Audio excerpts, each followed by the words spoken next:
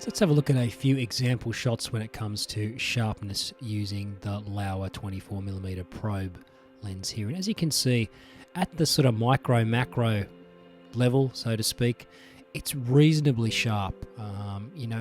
There's a difference between sharpness and perceived sharpness. Often when you're shooting things at really high magnifications like this, things are not going to appear super sharp, but it definitely performs a lot better when you're shooting up really close than it does shooting at infinity or trying to use it as a normal wide angle lens. As you can see here, it's reasonably sharp. It's not going to be as sharp as, say, most normal macro lenses that you may use, just because of the complex optical design. So here's the same shots again.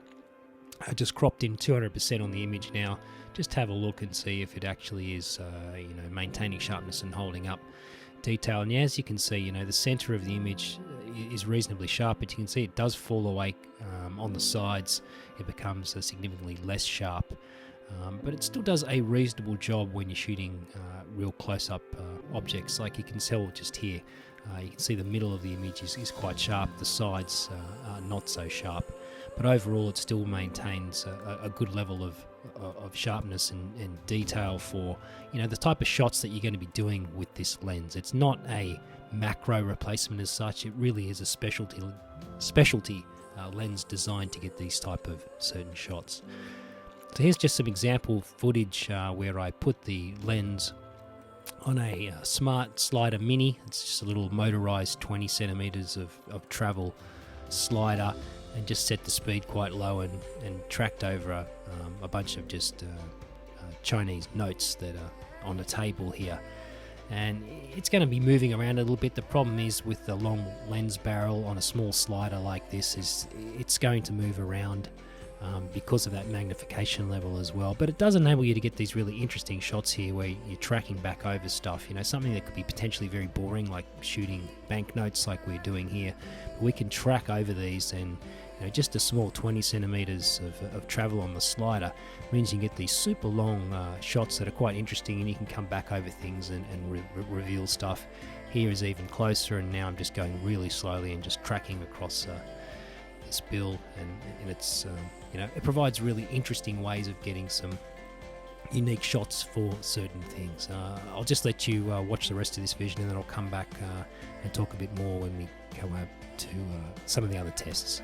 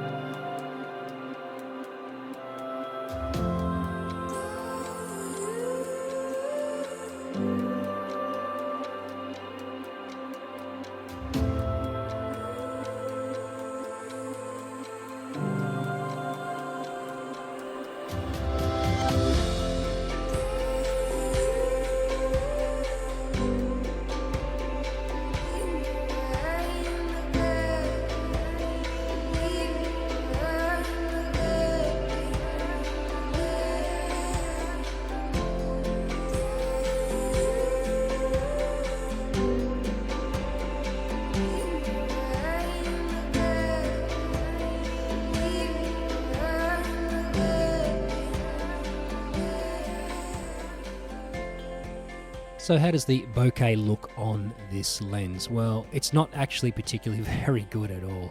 As you can see here, it takes on a real sort of like muddy sort of appearance in the background.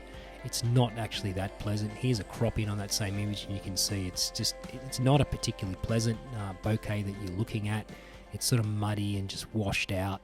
You know, again, this is just one of those things in terms of the optical design where Laowa has had to compromise on a lot of things. So getting these type of shots, and if you want to see a nice sort of crisp looking background, as you can see here on the crop again, it really is not very appealing at all.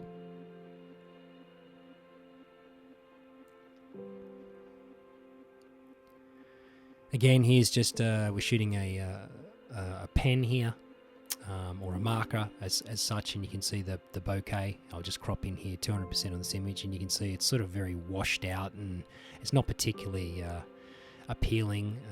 It's very hard to get nice bokeh shots. Now the big problem with this lens is, particularly when it comes to dust, hair and marks, you can see a couple of the marks there on the lens, the spots.